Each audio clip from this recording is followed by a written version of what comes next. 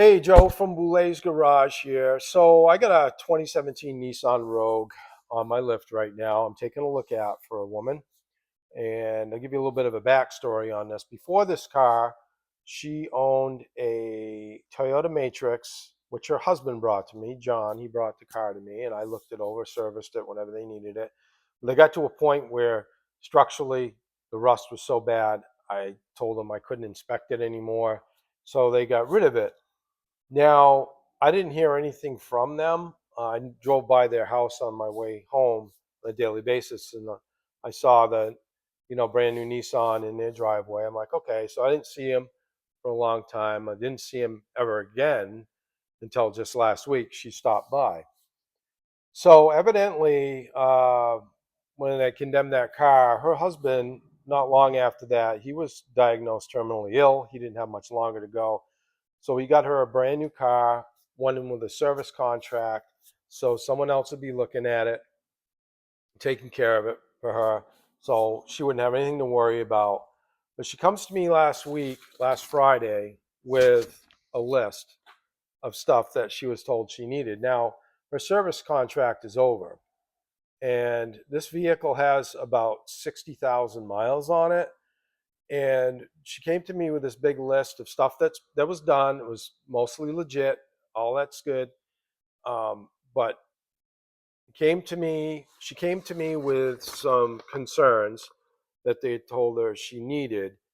Rear control arms and lower links and hardware, not state inspection at this time, starting to rot, most likely needed by next year. Alignment needed with this repair, included in the quote, if done at the same time as front lower control arms, can deduct $119 for alignment out of this repair. Now, front control arms is saying both front lower control arms, not state inspection, bushings are starting to tear. A couple heat shields need to be secured. Engine oil pan and bolts, future reference, starting to rot, to be done at future oil change.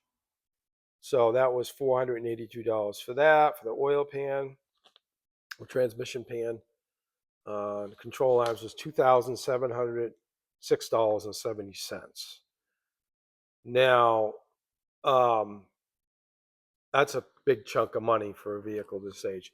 So let's take a look together on whether or not this vehicle needs what they had said, and we'll take it from there, okay?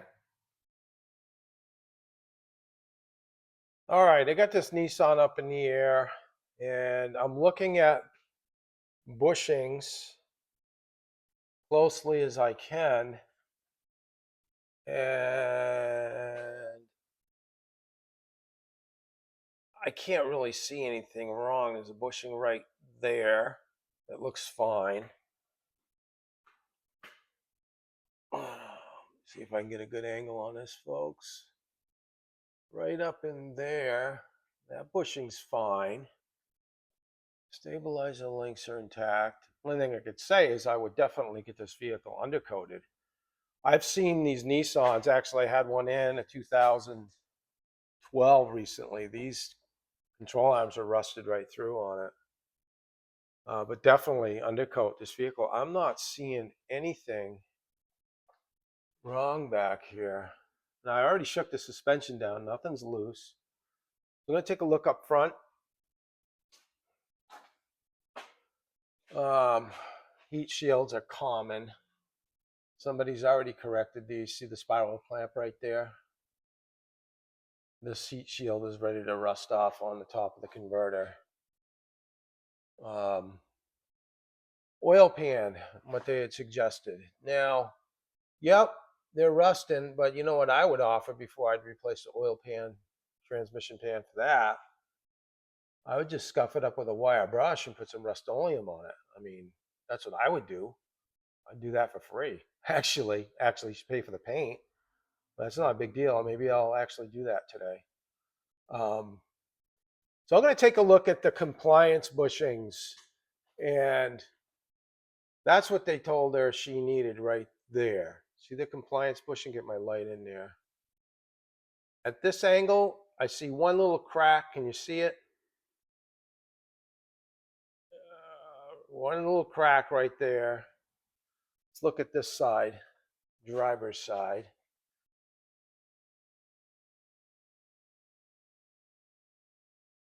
Little cracks right there, but so the bushing is still intact with the sleeve that the control arm is attached to. I've seen these bottom out, get really bad, and they cause a control issue with the vehicle. It kind of handles wishy-washy. I don't know if that's a right, or it kind of wanders when you move the steering wheel back and forth.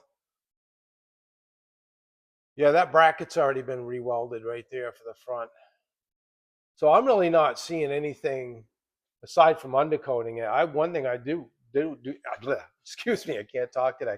One thing I do want to mention to her is that this exhaust flange here isn't long for the world. That's going to start leaking. I'm surprised they didn't mention that. Um, but yeah, that's the thing that I see that's going to pose an issue there. But there's nothing back here that I can see um, that's going to pose any immediate threat aside from getting the thing rust proof. That really needs to happen, especially in the back. Yeah, for those of you who haven't figured it out, yeah, we're in New England here, so. Okay, so I'm going to move on. I'm going to take a closer look at these control arm bushings up in the top and see if there's something else I'm missing.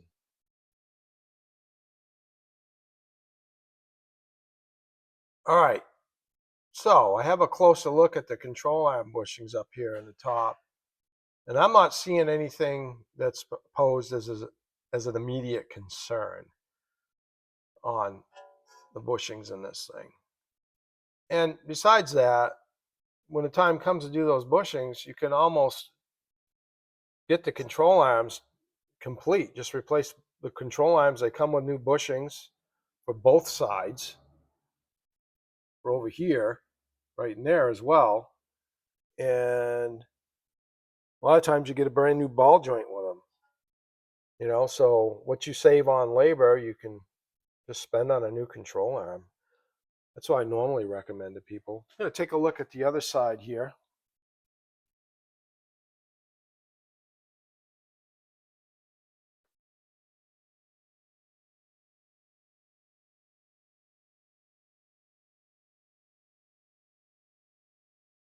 Yeah, so looking at that bushing, I mean, yeah, there's some dry cracks in it, but the outside portion of the bushing is still intact with the sleeve that it goes into. And I see no immediate safety concern with that.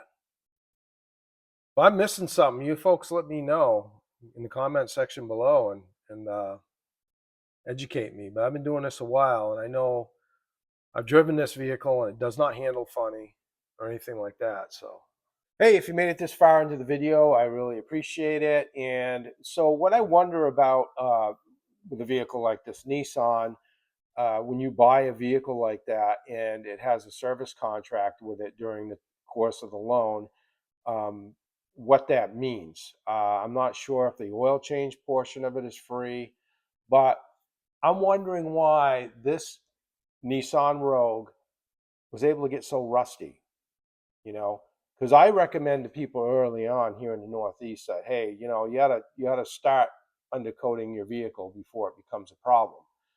Don't let it become a problem.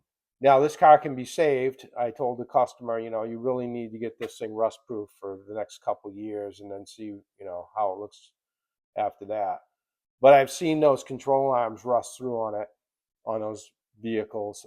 As I mentioned in the video in 2012, I'd seen that. This is far from that, though. It's definitely savable. But well, the woman that owns this car is on a fixed income. She gets her car paid off, and she's told she basically needs a combined amount of work of $6,000. Which, to me, I don't know how you can throw that out there to somebody. I have a really good relationship with all my customers. When you work at a dealership or an independent where a service advisor is talking to the customer, you might not see that end of it. But just, you know what, just use common sense. You get a new vehicle, service it the way you would normally service the vehicle, and read between the lines on those service contracts, because you really don't know what you're getting. Hey, if you like this video, please do so and subscribe. That'd be even better. I'll keep them coming for you. I really appreciate all your support out there from everyone. I really do. Have a good night.